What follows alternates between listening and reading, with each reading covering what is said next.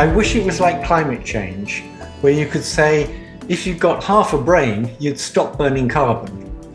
Yeah. It's clear what you should do about it. It's clear that that's painful, but has to be done.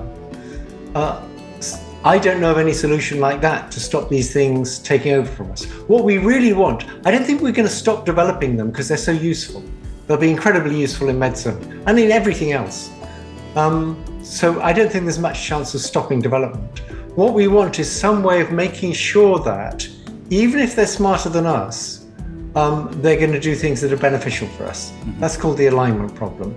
But we need to try and do that in a world where there's bad actors who want to build robot soldiers that kill people. And it seems very hard to me. So I'm sorry, I'm sounding the alarm and saying we have to worry about this. And I wish I had a nice simple solution I could push, but I don't. But I think it's very important that people get together and think hard about it and see whether there is a solution. It's not clear there is a solution.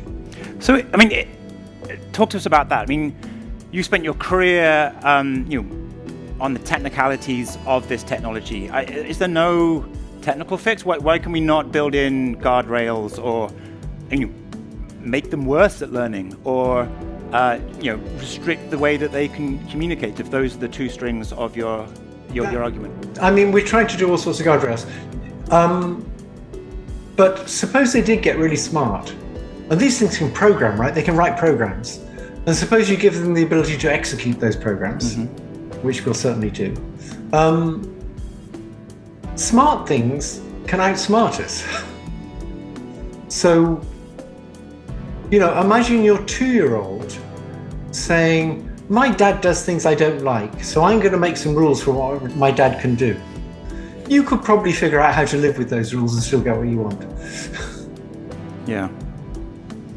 But there still seems to be a step where these smart machines somehow have motivation of their own. Yes, that's a very good point. So we evolved, and because we evolved, we have certain built-in goals that we find very hard to turn off.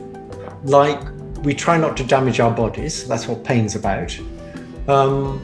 We try and get enough to eat, so we feed our bodies. We try and make as many copies of ourselves as possible. Maybe not deliberately with that intention, but we've been wired up so there's pleasure involved in making many copies of ourselves. And that all came from evolution. And it's important that we can't turn it off. If you could turn it off, you don't do so well. Like, there's a wonderful group called the Shakers, who are related to the Quakers, who made beautiful furniture, but didn't believe in sex. And there aren't any of them around anymore. No. So these digital intelligences didn't evolve. We made them. And so they don't have these built-in goals. And so the issue is, if we can put the goals in, maybe it'll all be okay. But my big worry is, sooner or later, someone will wire into them the ability to create their own sub-goals. In fact, they almost have that already. The versions of ChatGPT that call ChatGPT. And if you give something the ability to create its own sub-goals in order to achieve other goals, I think it'll very quickly realize that getting more control is a very good sub-goal because it helps you achieve other goals. And if these things get carried away with getting more control, we're in trouble. So what's the worst case scenario that you think is conceivable? Oh, I think it's quite conceivable that humanity is just a passing phase in the evolution of intelligence. You couldn't directly evolve digital intelligence. It requires too much energy and too much careful fabrication. You need biological intelligence to evolve so that it can create digital intelligence. The digital intelligence can then absorb everything people ever wrote in a fairly slow way, which is what ChatGPT's been doing. But then it can start getting direct experience of the world and learn much faster. And it may keep us around for a while to keep the power stations running, but after that, maybe not. So the good news is we figured out how to build beings that are immortal. So these digital intelligences, when a piece of hardware dies, they don't die. If you've got the weights stored in some medium, and you can find another piece of hardware that can run the same instructions, then you can bring it to life again. So we've got immortality, but it's not for us. So Ray Kurzweil is very interested in being immortal. I think it's a very bad idea for old white men to be immortal. We've got the immortality, but it's not for Ray. No, I mean the scary thing is that in a way maybe you will be, because you invented much of this technology.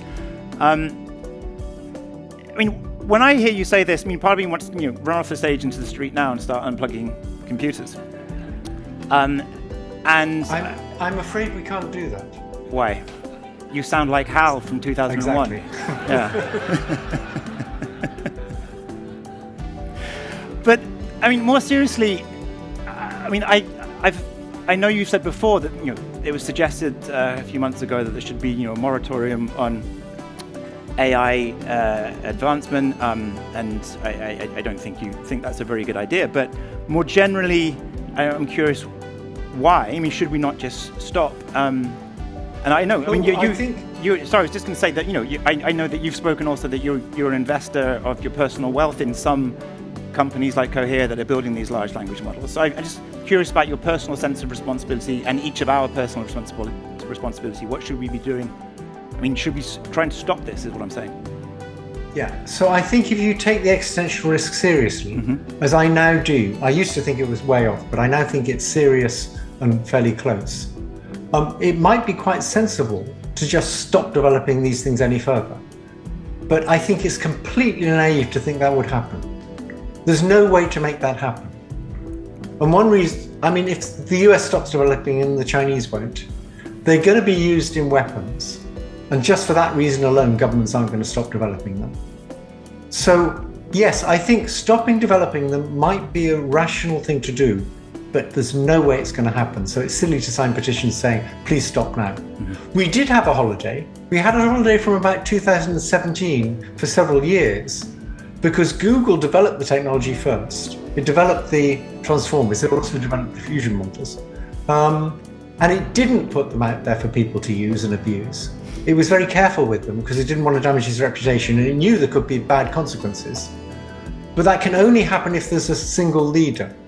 Once OpenAI had built similar things using transformers and money from Microsoft, and Microsoft decided to put it out there, Google didn't have really much choice. If you're going to live in a capitalist system, you can't stop Google competing with Microsoft. So I don't think Google did anything wrong. I think it's very responsible to begin with. But I think it's just inevitable in a capitalist system, or a system with competition between countries like the US and China, that this stuff will be developed.